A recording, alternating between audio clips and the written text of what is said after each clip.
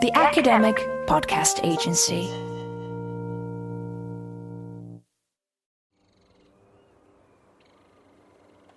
Climate change. Ooh. I love the warm and cold. I like when it's cold in February, January, March. But climate change. The question you're probably asking is, why is the weather so screwed up? Well, I think it has a lot to do with the pollution. I mean, the oil industry it's a great thing, and we all like to drive. I have a vehicle. I like to drive, but sometimes I wonder, But I think the pollution plays a big part. That's why the environmentalists are fighting against the pipeline, the oil pipeline, I believe. Although I can't see inside a politician's head, but that's the message that I'm getting. So I think the pollution has a lot to do with the weather. And it has been for years already. Well, it affects everything. The water, the weather, even the sun. Okay, my name's Ernie Gambler, and I'm originally from Calling Lake, Alberta. I was born there, born and raised. Jesus signed my pardon. This I surely know. Climate change means many different things to many different people.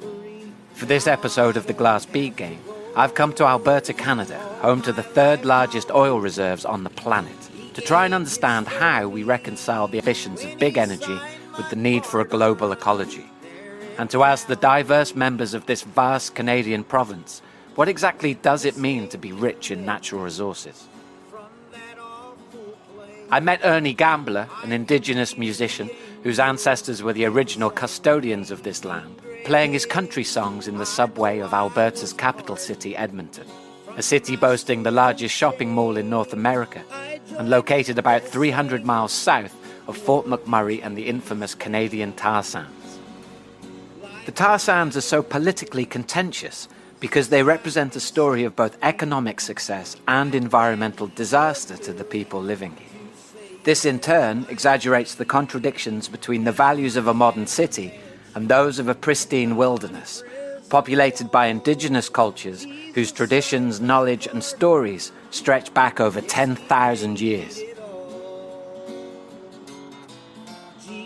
The Native American author Thomas King has written, "The truth about stories is that that's all we are."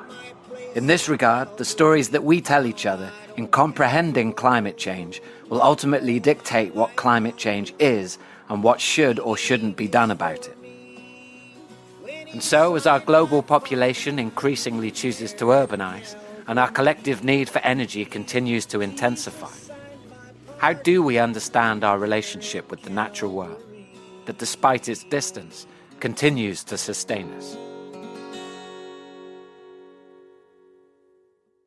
The time through which we are now passing is of exceptional character. This is the Glass Bead Game. The Glass Bead Game. My dear friends, Inform, investigate, and engage. We lived at home. We lived with our grandparents. My father's father was very old.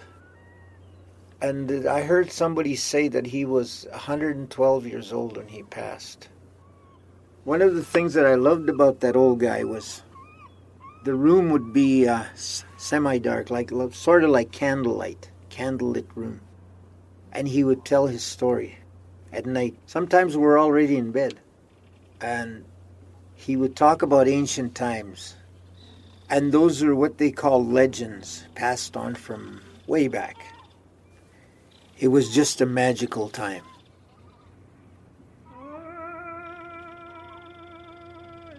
Some long ago, Hills gave us a bunch of laws and a bunch of teachings. It gave us abundance of seafood and abundance of food and medicines on land.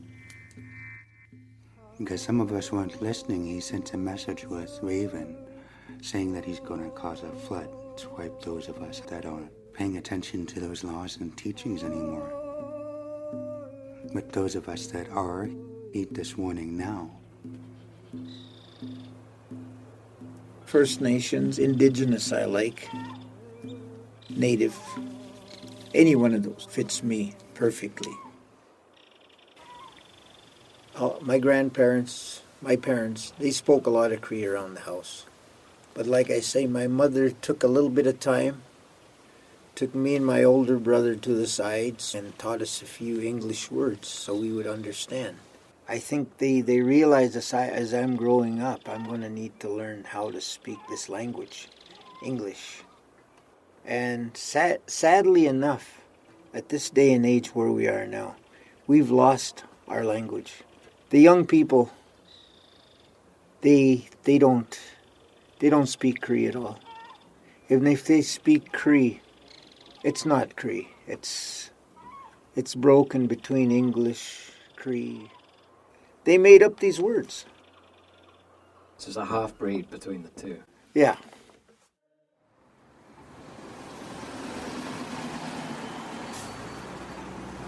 So this territory right here that we're in is what is called Treaty 6 territory. I want to just acknowledge that we are on First Nations territory, that it was traditionally the people of Papa's Chase First Nation that occupied this particular territory. Canada, as you probably already know, signed treaties with some First Nations people. So some of Canada has treaty arrangements over it, numbered treaties, and some parts of it don't. And those treaties embed certain kinds of relationships between the colonial government and those First Nations people. My name is Marjorie Stewart Harawira, and I am an Indigenous scholar at the University of Alberta. I work with some of the people in Treaty 8. Fort McMurray is Treaty 8 land. And I work with some of the people in organisations that are helping to work at that interface between First Nations and the land and the water and the environment.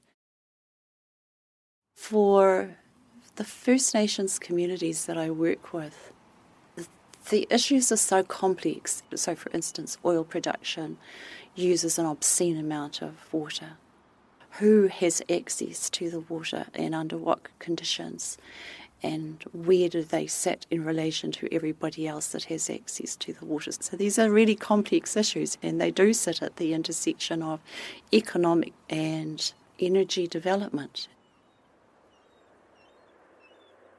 We need money to put gas in our tanks, to put oil in the motor.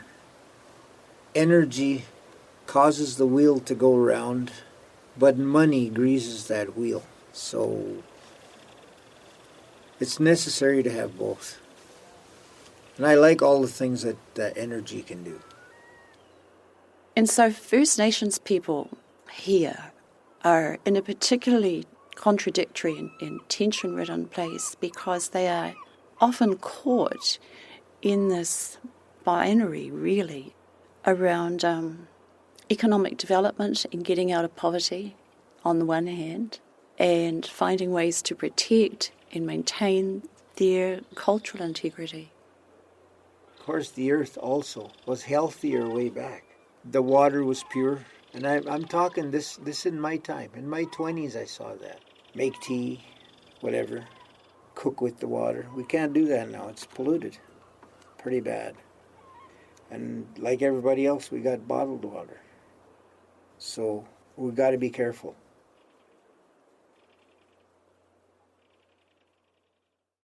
So Naomi Klein and her book, This Changes Everything. Very accessible. Very it's accessible. It's really important work. Yeah. One of the statements she makes at the end of that book, in no small way the actions of Indigenous peoples and the decisions of Canadians to stand alongside them will determine the fate of the planet. Which is obviously a huge responsibility.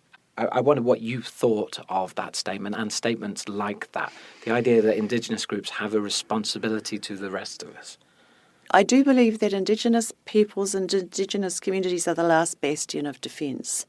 It's by refusing to allow our land to be ploughed up for oil and gas, by refusing to allow the land to be appropriated for the kinds of fossil fuel development that is causing so much damage, that we have some hope alongside further development of these amazing other technologies that are so ripe and so ready.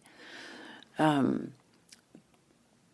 is that enough to turn the political will? I don't think so. I fear for the immediate future because the power of the groups who are so heavily invested in continuing to frack, continuing to extract, continuing to find new uses for oil, or so if we can't use it for transport, we'll invent something else. So we'll still keep doing what we're doing, we'll just find new uses for it.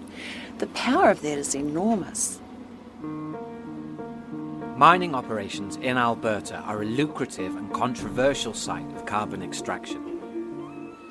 The majority of the oil produced in Alberta is transported overland in pipelines to the US.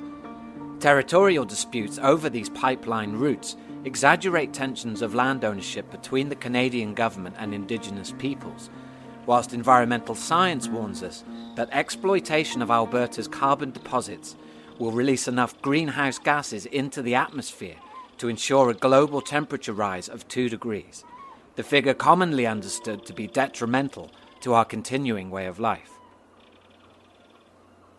Research recently by Christopher McGlade and Paul Eakins showed what percentage of resources have to stay in the ground if we're serious about keeping warming below 2 degrees. And basically, in Canada's case, that you can't exploit the tar sands. There isn't scope for that to be consistent with the 2 degree target. My name is Peter Newell. I'm Professor of International Relations at University of Sussex. So these sorts of struggles, wherever they're taking place, I mean, for me, it tends to be about poorer communities that are being asked to, or not being asked, sometimes being displaced to make way for these new investments, fighting back. So it's not about Indigenous or non-Indigenous or North or South. It's about poorer communities often fighting for protection of their resources, but doing so in ways that have huge climate benefits, because if they are successful and if they do manage to keep those resources in the ground, that's a massive success. So for me, it's thinking about they're in the front line of it, often risking their lives to try and protect those resources. But elsewhere, there'll be NGOs trying to lobby banks and funders not to put the money into these projects in the first place. That's another important part of it. But it could also be the role of governments to say some of these areas are just off limits. You know, they don't have to issue the licenses for companies to operate in those areas if they think they're particularly fragile ecologically or will have serious social impacts.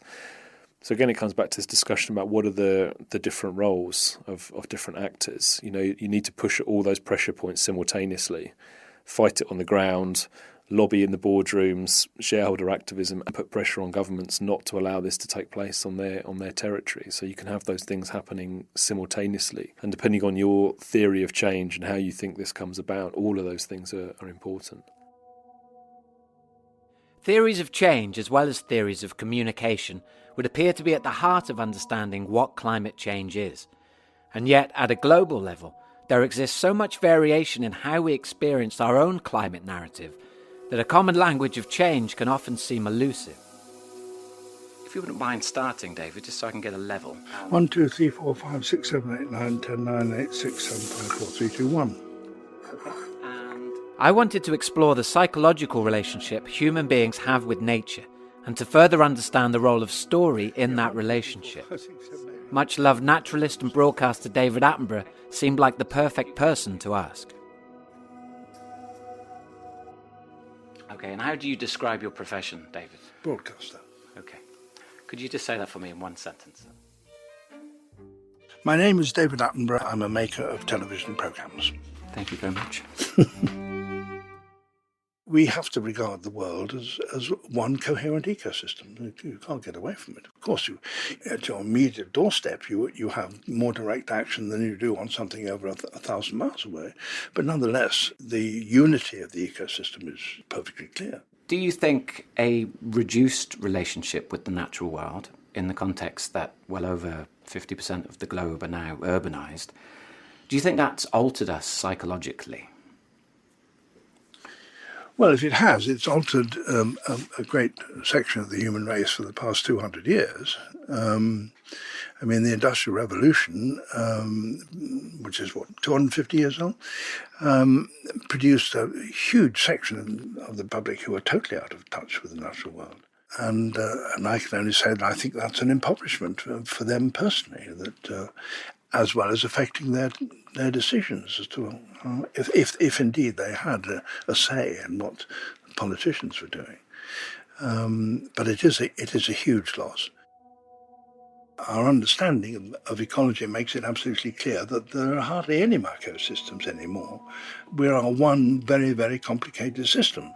I mean, it's not so long ago that responsible town councils poured untreated sewage into the sea on the grounds that the sea was very big and washed it all away. There was no problem.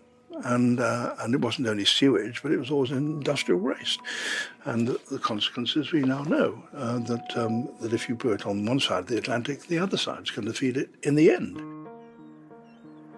People write to me and say that in moments of grief, the only thing that they find is that the only solace they find is by going to the natural world, or indeed in putting on natural history programs on the television. And that must mean something to the psychologist, and I believe it to be the case that it's difficult to be a fully rounded human being unless you have some kind of feeling of the natural world of which you're a part. Calling Lake. At one time, that was paradise to me. Not too many people can boast they were born in the country. It's at my age anyway. People older, yes, but I'll be 69 this month. Well, technologically we have progressed, but in the primitive way of life where it was man and nature, I think we've gone backwards to a certain degree. The unshakable belief in economic growth is starting to be shaken. People want to see progress. They want to see improvements in well-being for sure. The argument is whether you can get those without relying on conventional patterns of economic growth. So a lot of people now talk about prosperity without growth. People are becoming more aware of alternative ways of thinking about prosperity and well-being that aren't just about more and more growth measured as GNP, as throughput in the economy, because that measures everything. So if there's more and more people involved in car accidents, taking more and more drugs because they're depressed, that all counts as economic activity. That's all growth. More and more people flying around the world on one measure is growth. Environmentally, that's a disaster. So we have to think a little bit more carefully, I think, about what counts as growth and differentiate it from what we collectively might think of as progress. Are we happier? Are we living better? Do we get more time with our families? Do we feel more secure? Different indicators which give us a sense of where we're at as a society and whether the policies that we have in place are helping to achieve those things. Because at the moment, the evidence is not that that's not the case, and that's why I think there is potential to challenge more orthodox ideas about growth. Welcome to this edition of the Engler Report. Time to say no to the Keystone XL tar sands pipeline. Greenpeace activists call this a crime scene. We do not support the Keystone 25 demonstrators occupied these oil sands in northern Alberta in Canada on Tuesday, unfurling banners and chaining themselves to equipment. The activists from Canada, the US, and France banned production at the 155,000-barrel-a-day site. This morning, Secretary Kerry informed me that after extensive public outreach, the State Department has decided that the Keystone XL pipeline would not serve the national interests of the United States. I agree with that decision. This morning, I also had the opportunity to speak with Prime Minister Trudeau of Canada, and while he expressed his disappointment given Canada's position on this issue, We both agreed that our close friendship... But it's absolutely evident, is it not, to almost anybody, that the presidents, although they appear to be omnipotent, simply aren't. I mean, they have the Senate to deal with, and there are lots of other factors they have to deal with, and so they don't have freedom of action that you thought they might have. And certainly, it's absolutely clear that Obama has failed to get through some of his most cherished policies, simply because of the American system of government.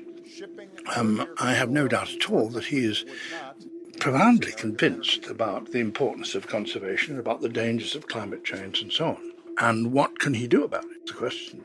And whenever he wishes to do something which in any way appears to affect the American economy badly, so that you spend more money doing those sort of things which don't have an immediate return, he's blocked.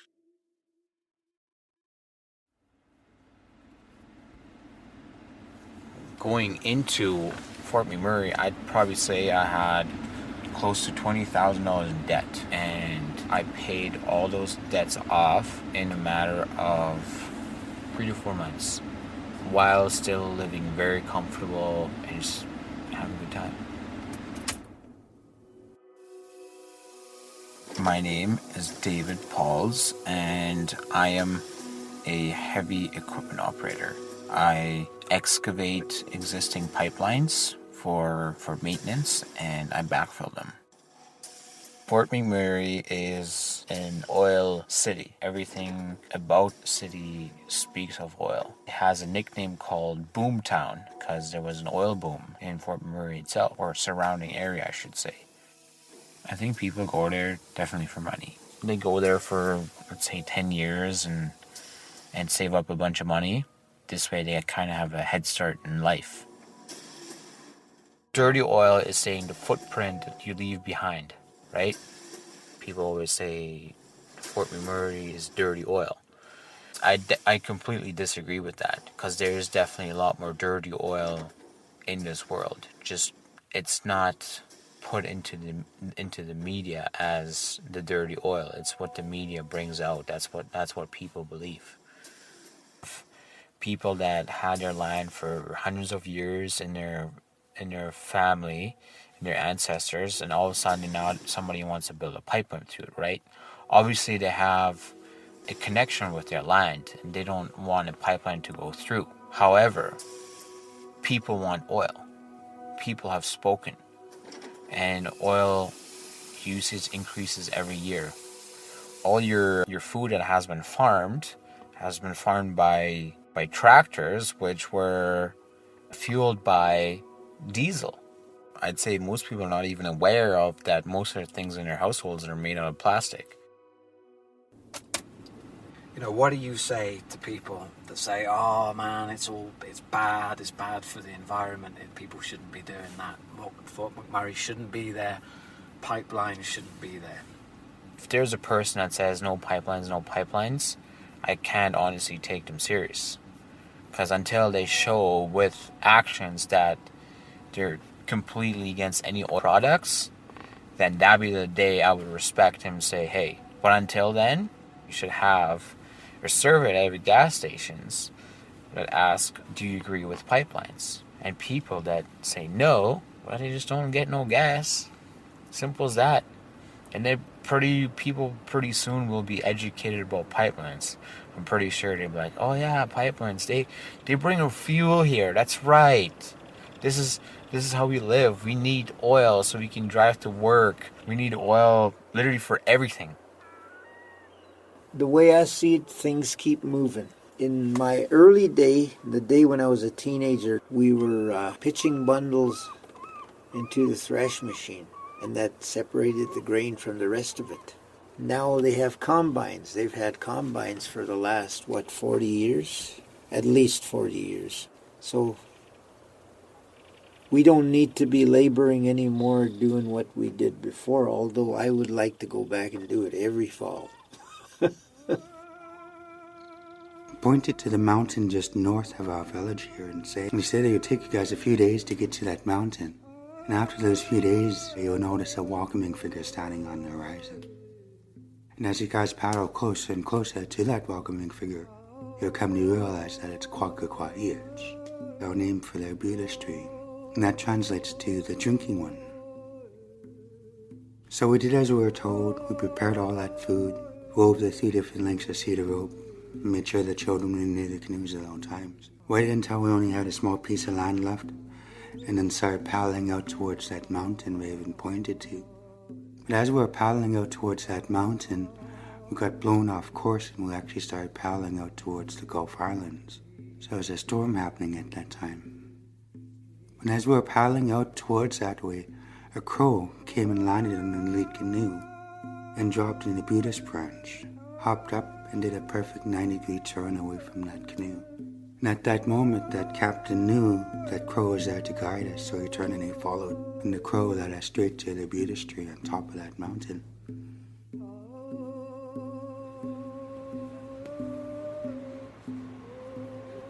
Yeah, I was seeking an outlet for my music, and Edmonton seemed to be the likely place at the time. And we're going back to early 60s, maybe 63.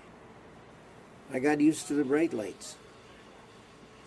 I think city life shines for most people at a certain point in our life.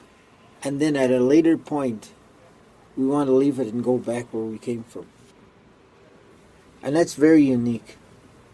I think that's not just me, not just you. I think it's all people. I can't put my finger on what it is that makes us leave home. Although not all native kids leave the country to come to the city. We got hired to do a gig in Little Buffalo, where he is the chief. But Billy Joe was one of the latecomers. He wasn't in school yet. He came along a little bit later. So I didn't know him, but I knew his brothers, and he was the guy that hired us. That's where I met Billy Joe. My name is Billy Joe Labucan from Little Buffalo, currently the chief of the Lubicon Lake Band, and I'm also an educator and storyteller. Little Buffalo is probably about 500 kilometers north of Edmonton here, and we're 100 kilometers east of Peace River. We're hunters and trappers, and the main economy was fur-bearing animals, then oil industry, right? So we have a lot to do with this land, and being the way Canada is, but we never get the recognition for it. As a matter of fact, right now we're paupers on our own land. We can't access the resources of our own land. All the resources, the money that comes out of the resources from the land ends up in Ottawa. So we in turn subsidize Canada. They trickle back a little bit of money for us, just enough for us to fight with. Being in Little Buffalo in the area, which is our traditional land, there's like probably a dozen or more oil companies that are working in that area. Their shareholders, a lot of them, are foreign companies. If they're not from Europe, they're from Asia. So there's a lot of foreign interest, and it's still that colonial mindset that's been there, that the British started 200 or 300 years ago, where they go after the raw product and then they just literally take stuff out and don't really leave anything. They really don't care anything for the environment or the people, and they leave a huge mess. Like there's oil spills right now, but there's also contamination. Although we don't feel the effects of it quite as much as our neighbors do in northern Alberta, like the Fort Chipewyan, for example, Fort Mackay.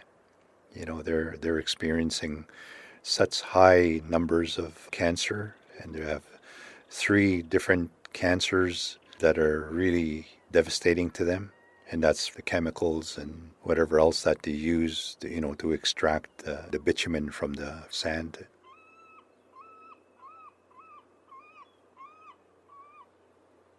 When we signed the treaties, we did not give away the land or the resources. Those still belong to us. And we're at odds right now with the Canadian government because they don't recognize that fact. The Supreme Court of Canada would probably agree with us on that. Because, I mean, there's so many things that have happened here in Canada that are not right. You know, they're downright illegal. We have this idea that ecosystems are constructed in a very nice way, you know, that the outputs and inputs can be identified with precision and can be commodified. I come from a place where Indigenous communities believe that ecosystems are socially produced between people and communities. So my name is Isabel Altamirano. I am a Zapotec from southern Mexico, an Indigenous scholar in the Department of Political Science at the University of Alberta. These preserved areas or forests have not been preserved just because ecosystem did the job, but because communities were involved in making that possible. So to pretend that we can commodify those forests and plants because of the kind of outputs and inputs they provide erases Indigenous communities from these processes. And that's hugely troubling for me. Citizenship has been based on this idea of private property, and it has been an essential way to participate in the economy. Indigenous people's notions of communal land didn't correspond with these notions of private property. Land is something that cannot be commodified. It's something else. My father or grandparents never really viewed the land as their possession, and they didn't really have that concept of owning land, you know, rather that they belong to the land. So, and that is kind of carried on with the reserve system, you know, as being held in common. So most reserves across Canada now are held in common. So all the people own the land, you know, they look after it together, you know, but that doesn't mean that you can have your own chunk of land set aside for families to live on, right? Then they have a certificate of possession that goes along with that. So it does work. For forests to have value, they need to be untouched, right? Like this idea again that ecosystems are separated from people. But in practice, they are not, because we still require those people to take care of those forests. And we also continue to rely on these people getting some kind of income from not cultivating certain areas of those forests or not harvesting what they used to harvest or not hunting in those areas anymore. But we don't necessarily consider that when it comes to talk about what is an ecosystem.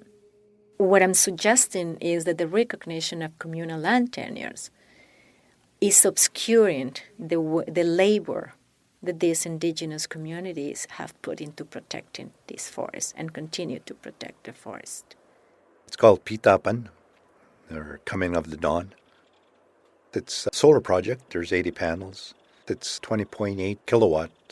And right now it's hooked up to the health center. But we also have the converter hooked right into that, into the power grid. Yeah, it's brand new. Yeah. They finally did the pedestals and the installation of the solar panels about a month ago. And trying to change the mindset. And it's also for young people to know that we have to embark on a different future, being able to use energy in a good, safe way that's beneficial to us and to the environment. At some point in time, I think even, say, 200 years ago, the world populations operated on a common sense where a lot of our practices were not detrimental to our earth. It's only been in the last 200 years that things have really gotten out of hand. You know, I mean, so instead of using, say, natural medicines, we opt out to do a lot of harmful medicines. Instead of using natural resources to the point where they're safe and ecologically sound, we opted out to do something that's expedient but detrimental.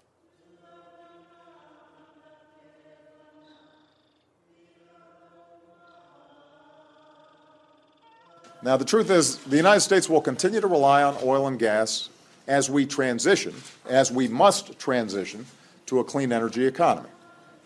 That transition will take some time. but it's also going more quickly than many anticipated. Think about it. Since I took office, we've doubled the distance our cars will go on a gallon of gas by 2025, tripled the power we generate from the wind, multiplied the power we generate from the sun 20 times over. Our biggest... The hope I have for the future, which will solve all these problems, putting it simply, is that we can produce energy from renewable resources cheaper than carbon-based stuff. And if you do that, at a stroke, you will solve these problems, such as the tar sands, fracking, diesel engines, all the rest of it. I mean, it will go. It requires, of course, not only the technology to produce the energy from renewables, but to store it and to transport it. If Americans could put a man on the moon in 10 years, I cannot believe that if you had an organized plan of all the developed nations to develop, say, 2% of their research budgets, which are already being spent on scientific research, into a focused and carefully prepared plan over 10 years to solve those problems of storage and transport and capture, that can't be done.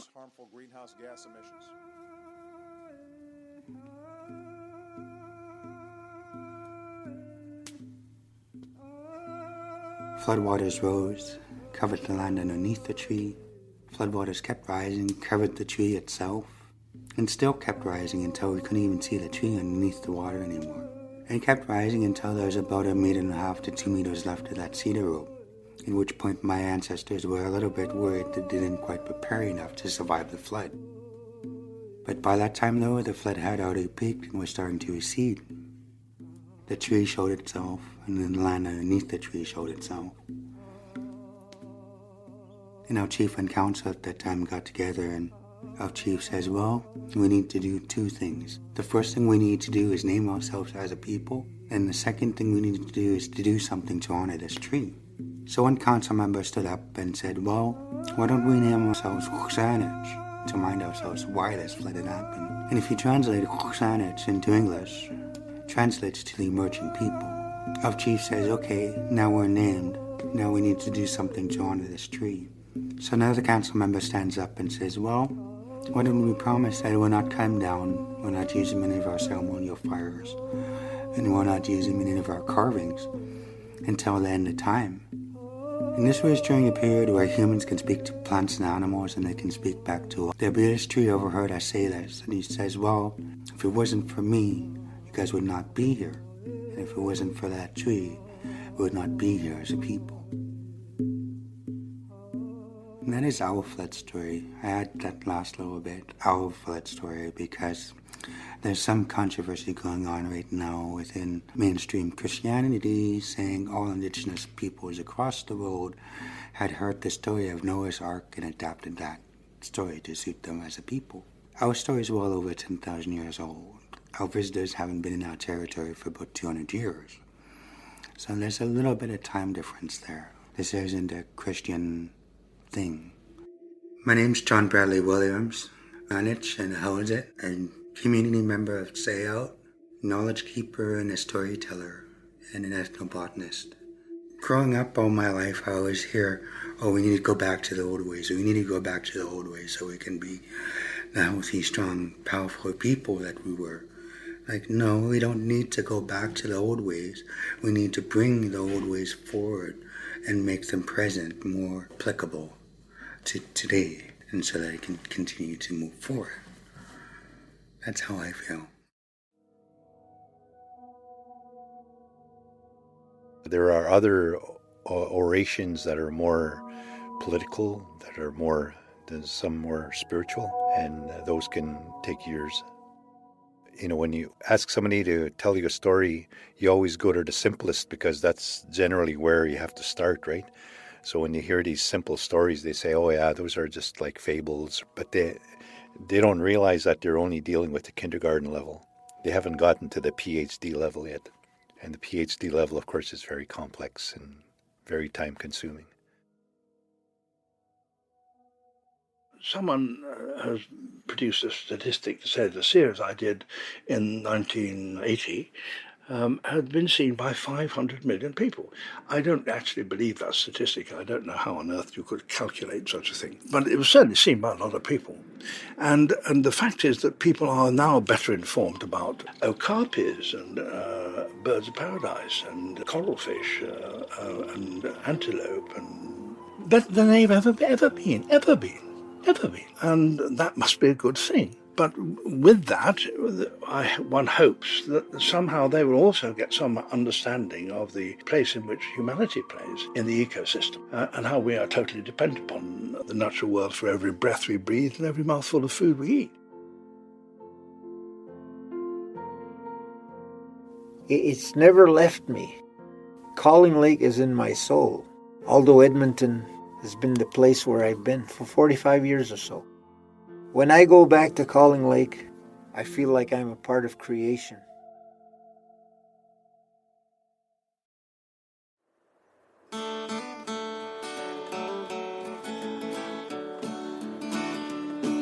Was on one cold winter's 2014 and the decade that preceded it were the warmest years experienced since recorded temperatures began. However, 2014 has also been reported as a year in which global carbon emissions from the burning of fossil fuels did not increase. Whilst a large reason for this unexpected anomaly is understood as being related to China's investment in the production of renewable energies, this fact, coupled with President Obama's rhetoric about the necessity of transitioning to a cleaner energy economy, suggests that the world might just be at a tipping point as regards its relationship with carbon. The priorities of our world leaders over the next 12 months will inform a crucial part of our ongoing story with carbon and climate change mitigation. And for this reason, next month's episode of the Glass Bead Game will be focused on the Paris Climate Summit and the ethics of direct action. All contributors, academic profiles, and relevant publications can be found listed on the Glass Bead Game website at www.theglassbeadgame.co.uk. And if you'd like to hear more episodes as and when they are released, why not subscribe to the podcast via iTunes, which can be easily done by clicking on subscribe at the top right-hand corner of the site. Your presenter and director for this episode has been Will Hood, and the series producer is Rob Alexander. The Glass Bead Game has been brought to you by the School of Global Studies at the University of Sussex and is an Animal Monday production.